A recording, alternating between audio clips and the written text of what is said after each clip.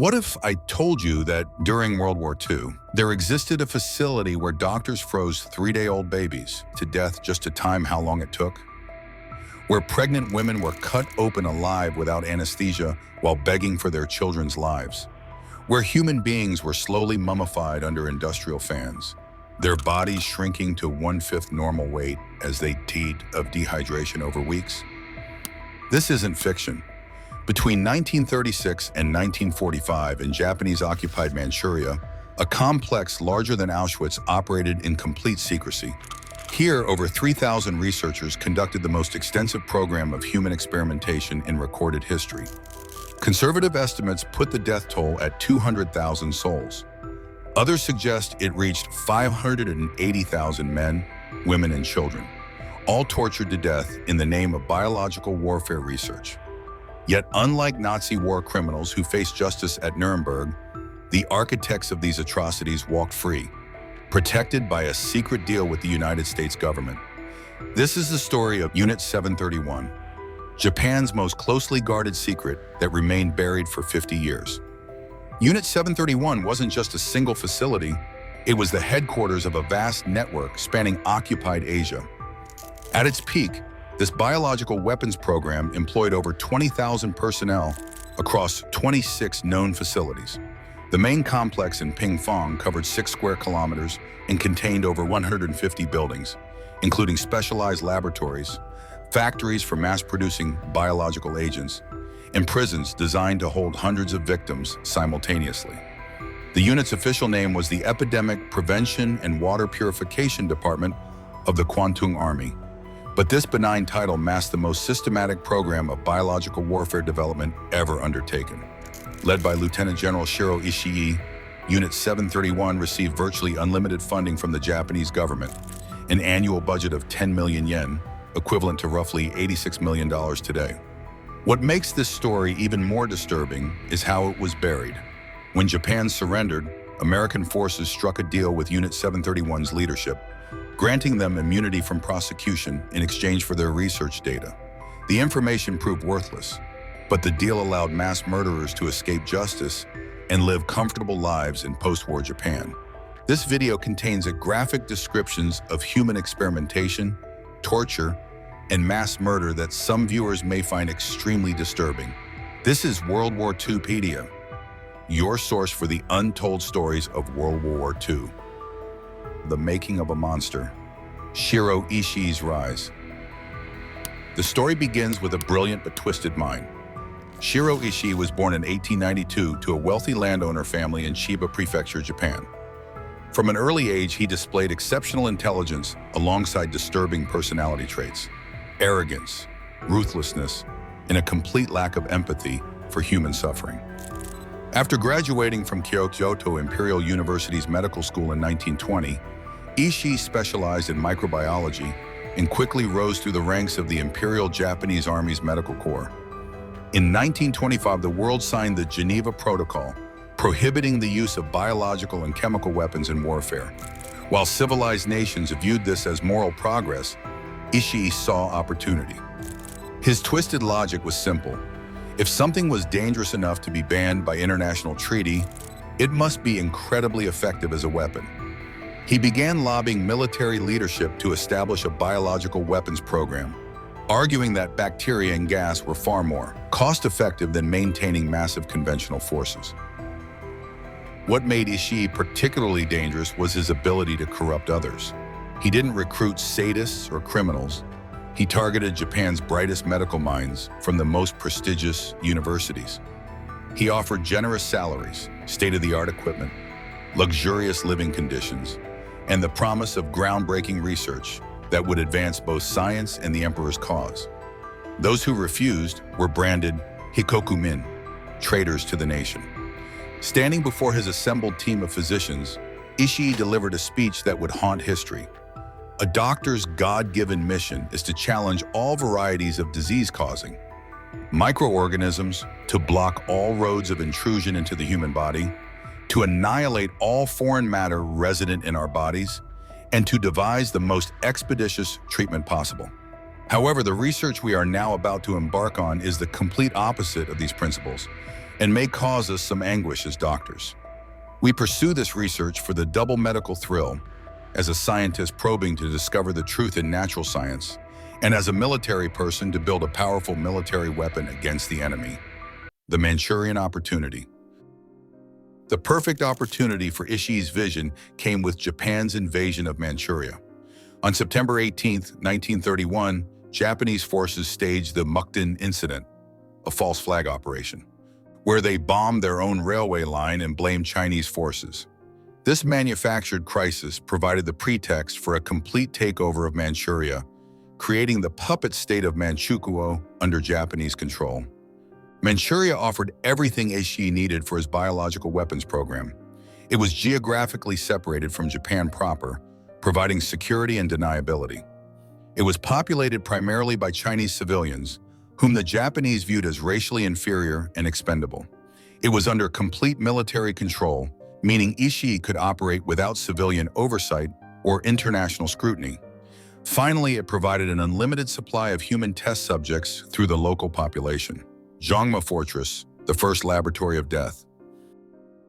In 1932, Ishii selected his first Manchurian site, Zhongma Fortress, a prison and experimentation camp in Bayinhe, a village 100 kilometers south of Harbin. Here, Unit Togo, Ishii's first biological weapons unit, began its gruesome work under the cover of medical research. The prisoners brought to Zhongma came from various sources, all supplied by the Kempeitai military police. They included common criminals, captured bandits, anti-Japanese partisans, political prisoners, and people rounded up on fabricated charges. In a twisted parody of medical care, prisoners were initially fed well: rice or wheat, meat, fish, and occasionally even alcohol. This wasn't kindness, but scientific methodology. Ishii wanted his subjects in perfect health at the beginning of experiments to ensure accurate data collection. The experiments at Zhongma established patterns that would later be perfected at Pingfang. Prisoners were systematically drained of blood and deprived of nutrients and water, while researchers meticulously documented their deteriorating health. Some were deliberately infected with plague bacteria and other microbes, then vivisected alive to observe disease progression. In autumn 1934, a prison break involving 40 prisoners jeopardized the facility's secrecy. All escapees were recaptured and killed, but the incident exposed the operation to unwanted attention. Then, in 1935, an explosion believed to be sabotage damaged the facility. Rather than abandon his program, Ishii used these incidents to argue for a much larger, more secure installation. Building the City of Death, Pingfang Complex. Construction of the Pingfang Complex began in 1935, approximately 24 kilometers south of Harbin. This wasn't just a laboratory, it was a walled city dedicated to death, covering more than 6 square kilometers and rivaling Auschwitz-Birkenau in size. The complex was designed to be virtually impregnable, surrounded by a 3-meter-high brick wall and a dry moat filled with electrified wire. By 1936, Pingfang housed over 150 buildings, each serving a specific function in the machinery of biological warfare. The complex included state-of-the-art laboratories, factories for mass-producing biological agents, comfortable living quarters for staff, administrative buildings, a private airport, and rail connections. The facility contained 4,500 containers for breeding fleas, 6 massive cauldrons for producing various chemicals, and around 1,800 containers for manufacturing biological agents. The scale of biological agent production was industrial.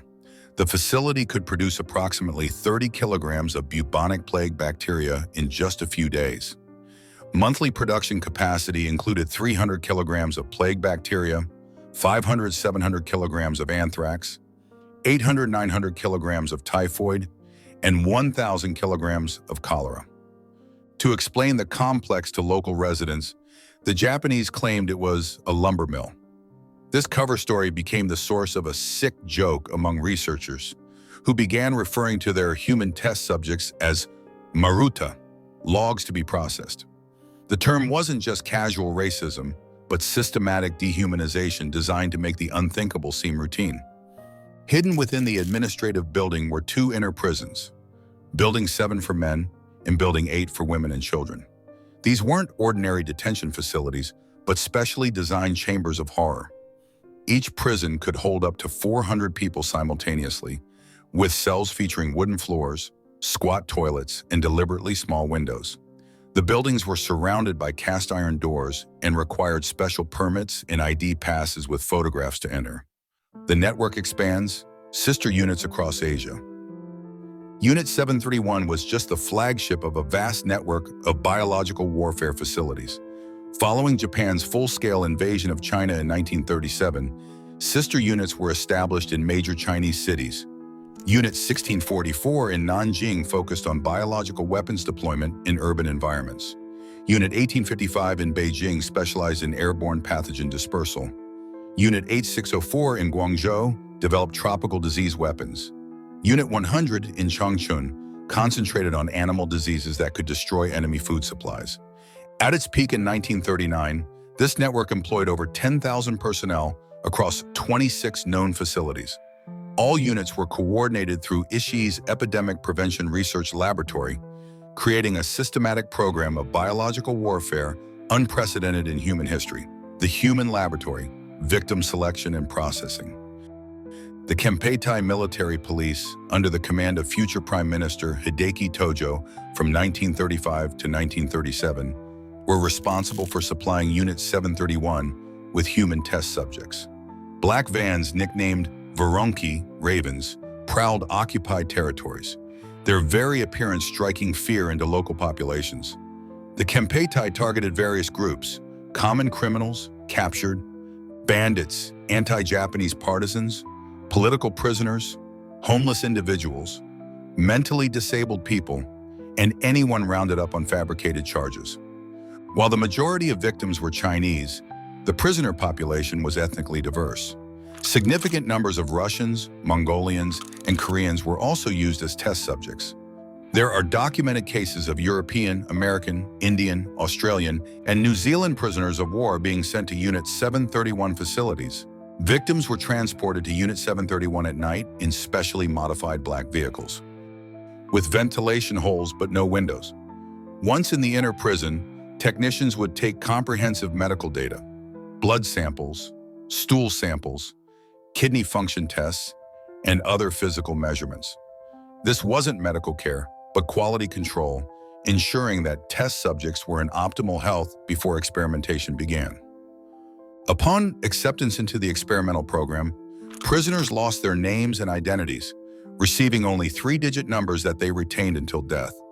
When prisoners died, a clerk would simply strike their number from an index card and transfer their shackles to new arrivals. The Vivisection horror, surgery without mercy.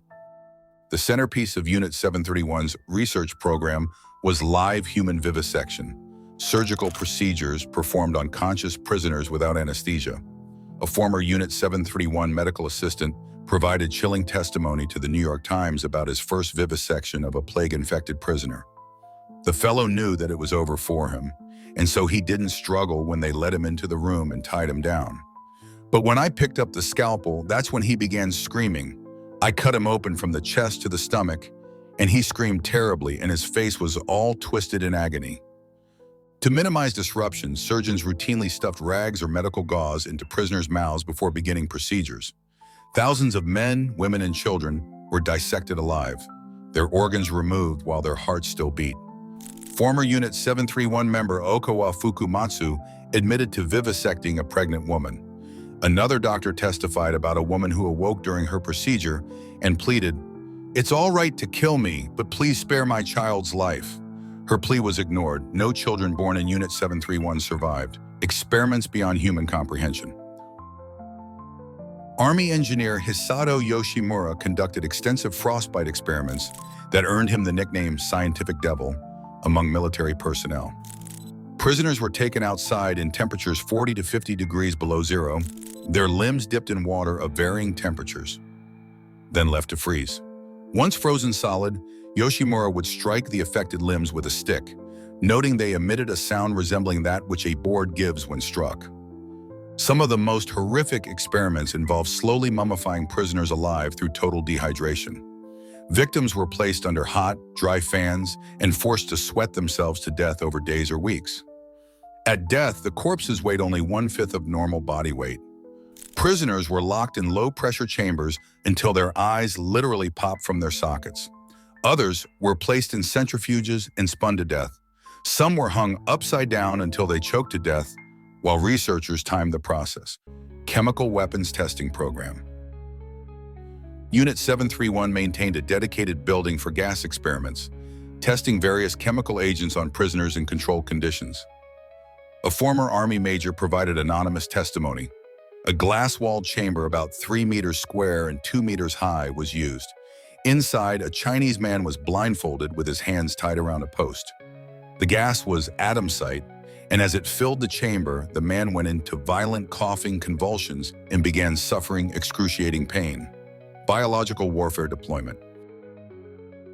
By 1939, Ishii had perfected 6 potent pathogens suitable for military use: anthrax, typhoid, paratyphoid, glanders, dysentery, and plague-infected fleas. In 1940 and 1941, Japanese planes dropped plague-infected fleas over Chinese cities, including Ningbo and Chengde. These operations killed tens of thousands through bubonic plague epidemics. At least 12 large-scale bioweapon field trials were conducted, with at least 11 Chinese cities attacked with biological agents. The 1941 attack on Chengde reportedly led to approximately 10,000 biological casualties and 1,700 deaths among Japanese troops due to inadequate protection from their own weapons. Plans against America. The most terrifying plan was Operation Cherry Blossoms at Night, finalized March 26, 1945, and scheduled for September 22, 1945. 5 I-400 submarine aircraft carriers would launch planes against San Diego, Los Angeles, and San Francisco. The aircraft would spread bubonic plague, cholera, typhus, and dengue fever over major population centers, while submarine crews infected themselves and ran ashore in a massive suicide mission. Only General Yoshijiro Umezu's opposition prevented this biological apocalypse. He declared, "If bacteriological warfare is conducted, it will grow from war between Japan and America to an endless battle of humanity against bacteria, the cover-up and immunity deal." As Japan faced defeat, Unit 731 began destroying evidence of its crimes. On August 11th and 12th, 1945, approximately 300 remaining prisoners were murdered. Lieutenant Colonel Murray Sanders arrived in Japan in September 1945 to investigate Japanese biological warfare activities. Sanders took information to General Douglas MacArthur, who struck a secret deal: immunity for Unit 731 personnel in exchange for exclusive access to their research data. The ultimate irony was devastating. American scientists concluded that the Japanese research was crude and ineffective, failing to meet American scientific standards. America had sold its moral authority for worthless data while allowing mass murderers to escape justice. Justice denied, the aftermath. The men who orchestrated history's most extensive human experimentation program returned to prestigious careers in post-war Japan. Dr. Shiro Ishii quietly returned to private practice and died peacefully of throat cancer in 1959, a natural death denied to hundreds of thousands of his victims. It wasn't until 1998 that Chinese survivors attempted to seek justice.